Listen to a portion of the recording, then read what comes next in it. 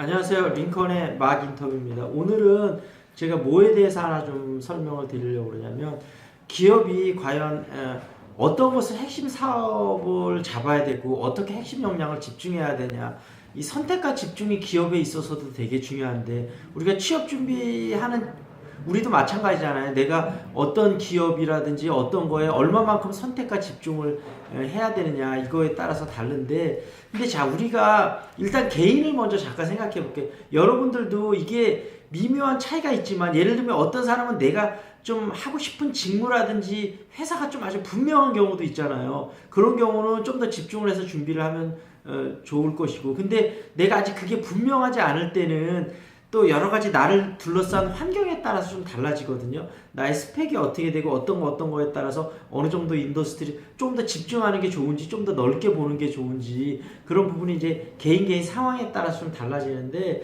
그건 제가 또 다음번에 다시 한번 설명을 드릴게요. 오늘은 뭐에 대해서 한번 좀 설명을 드릴 거냐면 시계 산업에 대해서 좀 제가 설명을 드릴 건데, 며칠 전에 이제 신문에서 좀 이제 오메가에 대한 특집 기사가 나오면서 좀 자세히 나왔는데, 스위스의 이제 양대 시계 산업 축이라고 하면 오메가하고 이제 롤렉스인데, 이제 둘이 가격대는 시계가 이제 보통 한 500에서 1000만 원 정도 하는데, 롤렉스가 약간 더 화려한 거를 추구한다면 오메가는 조금 더 절제된 그런 멋을 추구하는 그런 시계 브랜드인데, 이제 그 특집 기사에서 어떤 얘기가 나왔었냐면, 이제 스위스 시계가 이제 인기를 끌다가 1950년대, 60년대 와갖고 굉장히 큰 위기를 맞게 되거든요. 그 위기의 내용은 어떤 거였었냐면, 이제 세이코에서 전자시계 쿼츠 시계라고 그러는데, 이제 이렇게 가격이 저렴하면서도, 물론 처음에 그 전자시계는 가격이 저렴하진 않았지만 어찌됐든 시간도 정확하게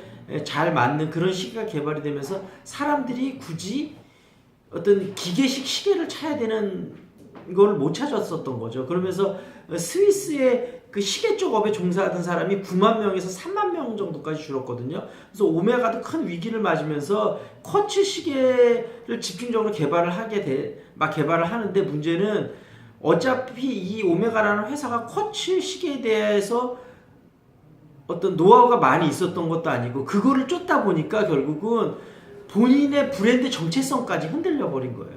그래서 이제 오메가가 큰 위기를 맞게 됐었는데, 그때 이제 다시 생각했던 게 뭐냐면, 우리가 쿼츠 시계 쪽으로는 어차피 세이코를 따라갈 수 없다. 그러면 우리가 잘하는 거, 기계식 시계에서 조금 더 기술을 개발을 하고 거기서 어떤 감성적인 멋을 해서 어떤 시계라는 게 꼭 시간을 맞춰야 되는 것도 있지만 어떤 그 패션의 한 부분으로도 많이 착용할 수 있는 거잖아요. 그러니까 그런 부분에 포지셔닝을 해서 우리가 잘하는 부분에 집중을 해서 하는 게 더 맞을 것 같다. 이런 식으로 해서 다시 그 본인들이 잘하는 거에 집중을 해서, 그 다음서부터 오히려 약간 그러니까 꼭 시간을 맞추는 것 외에도 여러 가지 다양한 의미가 있을 수 있다는 것, 그런 식으로 포지셔닝을 해서 다시 이제 부활을 하게 되고, 오히려 지금 시계 산업에 있어서는 세이코가 많이 이제 가라앉았고 다시 스위스 시계 산업들이 다시 부활을 하게 됐는데, 여기서 이제 제가 어떤 말씀을 드리려고 하냐면,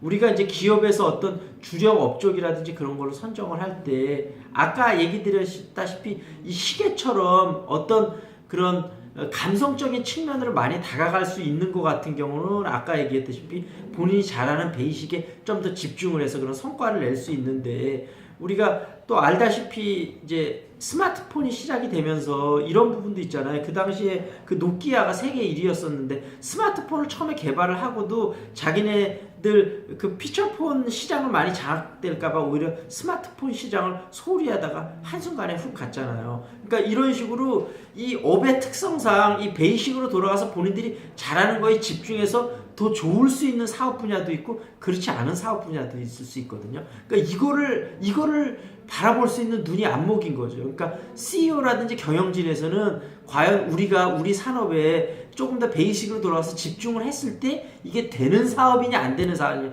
만약에 되는 사업이라면 다른 회사들 신경 쓸 거 없이 우리 회사가 잘하는 거에 집중을 하면 되고, 이게 우리 회사가 잘하는 거에 집중을 한다 하더라도 이 시대 트렌드에 안 맞아서 도저히 안 되는 산업이라면 빨리 변화를 해야 되는 거죠. 그래서 이 비슷한 예로 그 필름 시장에서 코닥하고 후지를 들 수 있는데, 코닥 같은 경우는 그 변신을 빨리 못 해갖고 실패를 했는데, 후지 같은 경우는 이제 필름 시장이 많이 죽고 이제 카메라 어떤 이제 스마트폰 찍든지 아니면 그런 쪽으로 이제 옮겨가면서, 후지에서 했었던 건 뭐냐면 필름이 오랫동안 상하지 않으려면 그 황산화 기술이 있거든요. 이 기술을 활용해서 엔티에이징 화장품에서 그 어떤 노화가 빨리 오지 않는 그런 그 기술을 활용해서 배워서, 물론 이제 그 기존 필름도 어떤 이제 예술 사진 찍는 사람들이 그런 사람들 계속 하니까 그쪽 시장도 일부분을 하고 있지만, 다른 사업 분야 쪽으로 빨리 조정을 해서 크게 성공을 거둔 경우거든요. 그러니까 결국은 아까 얘기했다시피 이 산업이 기본적으로 경쟁력을 계속 가질 수 있는 분야냐 그렇지 않으냐, 이거를 빨리 판단을 해서 어느 쪽으로 역량을 집중할 거냐. 여러분 개인도 마찬가지고 회사도 마찬가지고 항상 갖고 있는 자원은 한정이 돼 있잖아요. 이 한정된 자원을 어디 쪽에 가장 효율적으로 집중적으로 쓰느냐, 여기에 따라서 개인도 그렇고 기업도 그렇고 성패가 좌우되기 마련이거든요. 그래서 지금 여러분들이 지원하는 회사도 지금 주력 사업 분야가 어떤 거고, 우리 회사가 과연 이 산업 분야에 계속 경쟁력을 가질 수 있어서 이 분야에 좀 더 깊이 집중을 하는 게 맞는지, 아니면 다른 분야로 좀 사업 다각화를 하는 게 맞는지, 아니면 두 개를 동시에 추진해야 되는 경우도 되게 많거든요. 그러니까 LG화학 같은 경우는 기존에 그런 것도 추진하면서 배터리 시장 같은 데서도 자동차 배터리 전장 사업부라든지 이런 데 집중 투자를 하고 있잖아요. 그러니까 기존의 사업 부분을 가져갈 건 가져가면서 신규 부분 중에서 어떤 부분에 새로운 먹거리를 찾을 거냐, 이런 부분이 굉장히 중요하거든요. 그래서 여러분들 지원하는 회사에 어떤 핵심 경쟁력하고 미래 먹거리 사업이 뭔가, 그런 거를 잘 분석을 해서 자소나 면접에 좀 잘 녹여내시면 좀 더 남보다 조금 더 나은 자소서나 면접이 될 수 있지 않을까 생각해요.